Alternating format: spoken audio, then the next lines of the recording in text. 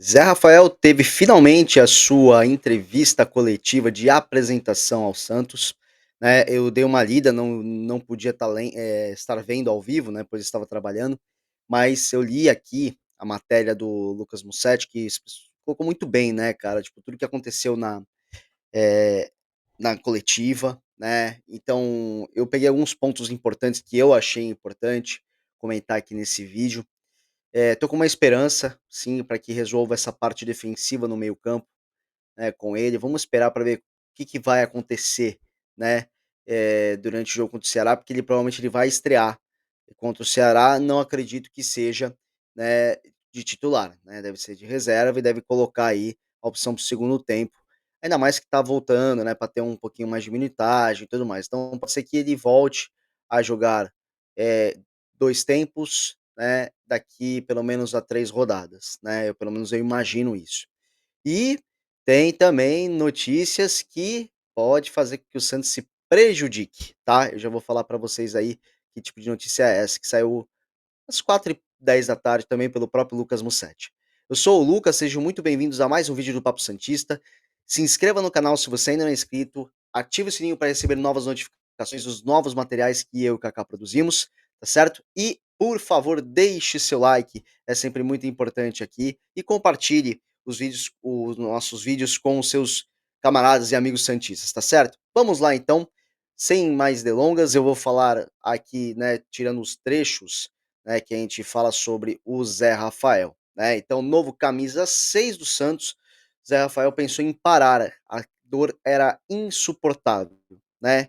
Então tá aí, né, o Mussetti ele começa assim, né: "Zé Rafael disse que pensou em se aposentar por causa das dores insuportáveis na coluna, né. Jogou no sacrifício no Palmeiras em 2024 e terminou a temporada dizendo às pessoas próximas que se 2025 fosse igual, ele pararia de atuar". Então vocês imaginam aí, né, que muito provavelmente, né, ele perdeu a titularidade, porque jogou no sacrifício e nós sabemos que a coluna, né, isso é bem natural do ser humano, né, nós somos animais bípedes, olha aí o professor de biologia falando aqui no vídeo para vocês, que isso com o tempo, né, a ação da gravidade vai afetando a coluna. Agora você imagina para uma pessoa que já tem um problema grave, crônico na coluna, um atleta de alto nível jogando aí futebol, então deveria ser, o impacto na coluna devia doer pra caramba, né. Então eu coloquei aí algumas coisas aí, tipo, alguns pontos e principalmente sobre essa questão da coluna dele que a gente vai falar aí, tá. Então olha só, coloquei aqui, ele falou o seguinte: "Quando eu voltei esse ano, eu já tinha conversado com os médicos e falei que, se eu tivesse que passar pelo mesmo ano com as mesmas dores, eu pararia de jogar. Era uma dor insuportável, que me limitava muito, apesar de esconder muitas vezes. Fazia mesmo sofrendo, era algo que me limitava, não apenas durante os treinos e os jogos. O pior problema era conviver com a dor 24 horas".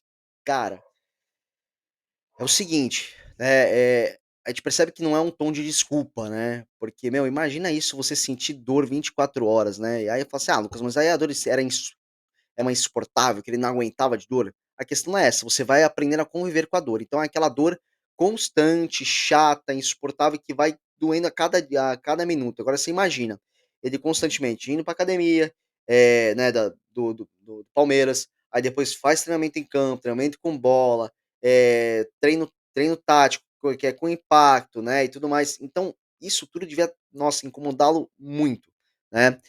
Aí ele falou: "Isso mexeu muito com a minha parte psicológica. Rafael, sinto muito lhe dizer, mas é bom você já preparar um bom psicólogo aqui em Santos, porque o Santos, infelizmente, ainda não acredita que o departamento psicológico é importante, tá bom? Vamos lá.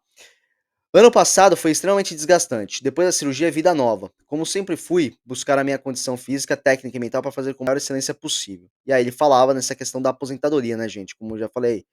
Eu já tinha conversado com os médicos, falei que se tivesse que passar pelo mesmo ano com as mesmas dores, eu pararia de jogar. Era uma dor insuportável que me limitava muito, né. Então o pior problema era epa, eu tô repetindo aqui, né, na verdade isso aqui não é nem, eu até peço desculpas pessoal, sabe por quê? Porque tá repetido até mesmo no noticiário. Desculpa pessoal, estava falando tudo de novo. Bã.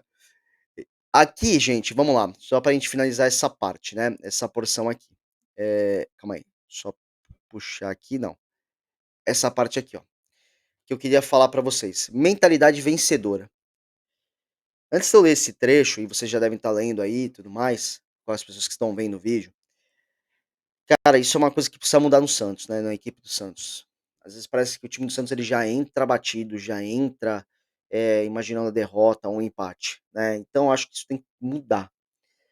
E pra isso a gente precisa realmente ter um departamento psicológico, a gente fala isso, a própria Carol Bernardes cita muito isso nos comentários dela no Instagram, em vídeos, até mesmo na emissora, né, do próprio Marcelo Teixeira, que ela foi corajosa, na minha opinião. Teve gente falando que: "Ah, foi tudo combinado". Gente, eu acho muito difícil, né, ainda mais com o ego do Marcelo Teixeira. Então eu acho que foi extremamente importante ela citar isso mais uma vez, né, e ele fala dessa questão da mentalidade vencedora, né, os jogadores do Santos, eles têm que entender que eles estão jogando com um dos maiores clubes do mundo, né, que é reconhecido, né, um dos maiores clubes do Brasil.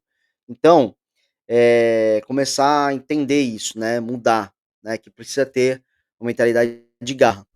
E coloca assim: "Eu acho que a equipe tem grandes jogadores de qualidade para jogar em alto nível. O que às vezes falta é acreditar em si próprio e no time. Isso tem que partir de cada um. Não adianta trazer um monte de cara que ganhou o título onde passou, se alguns que não tiverem essa oportunidade não mudarem essa mentalidade. Agora vivenciam o dia a dia e eles têm isso, são competitivos, treinam firme e se preparam. É uma questão de confiança de uma equipe que não tem confiança para executar o melhor, né, então é esse que tá o detalhe, né, às vezes, né, é questão de ter vontade de ir para cima, né. Hoje o Lucas Mussetti até compartilhou no Instagram dele uma cópia de um vídeo, né: "Vamos jogar!", eu não vou repetir aqui, né, "Vamos jogar, parte pra frente cara", né, então assim, bola pra frente", e gente cobrando isso. Então parece que tem alguns jogadores que ainda estão aquela coisa, sabe, de dar toquinho para o lado, para trás, isso aqui não, partir para cima mesmo, sem medo de errar, eu acho que tem que ser isso, perdeu a bola tem que correr atrás. Eu acho que isso que falta no em muitos jogadores do Santos. Temos condições de alcançar algumas metas nesse ano, como ir para a Libertadores e buscar uma vaga direta. Não posso ser hipócrita e dizer que vamos brigar pelo título, pois estamos distante de quem vai brigar lá em cima.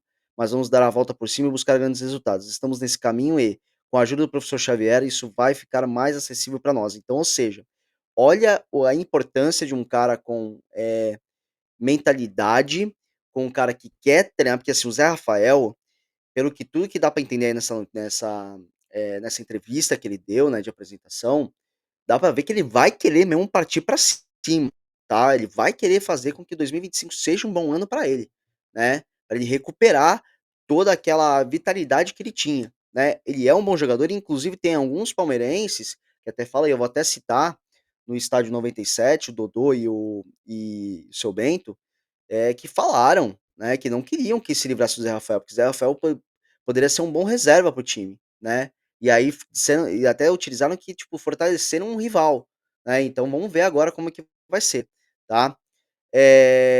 Agora, vou falar para vocês o seguinte, vamos lá, vou contar 3 segundos, e aí eu vou colocar uma notícia que eu aposto que vocês vão ficar felizes, tá bom? Vamos lá, 1, 2, 3.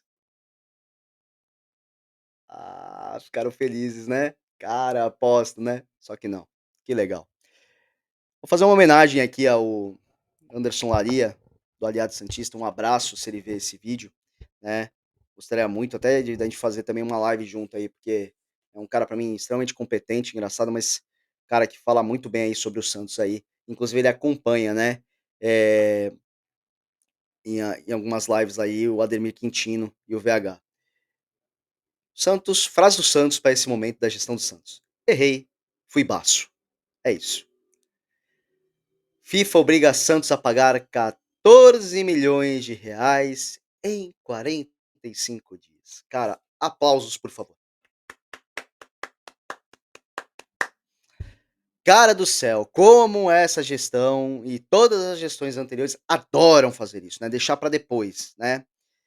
Só que tem um detalhe, não vai ser tão fácil, né, negociar isso. E eu vou explicar o porquê e vou mostrar aqui o que o Mussati eu penso quando eu li essa manchete, eu falei: "Já tenho certeza o que que pode acontecer", todo mundo já sabe, mas eu tenho certeza que ia ser difícil. Aí eu fui lendo, eu falei acabou me corroborando o que eu estava pensando.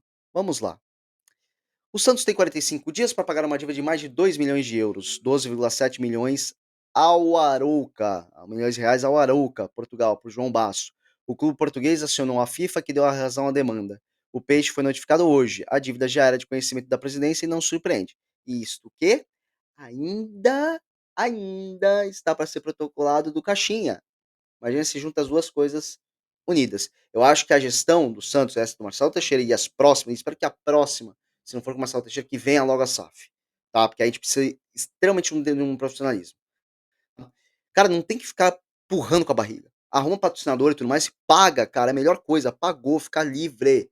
Fica livre. Ou então negocia de uma maneira decente. Só que, porra, é sempre passando pra depois. É assim, depois quando vier a gente resolve. É um jeito brasileiro, cara, nojento, tá? Isso do Santos. Cara, Santos e Corinthians, eles são mestres nisso. São mestres. É nojento esse tipo de coisa. Só que tem uma larga diferença, né? O Corinthians ele bota 48 mil todo jogo, né? 48 mil torcedores todo jogo.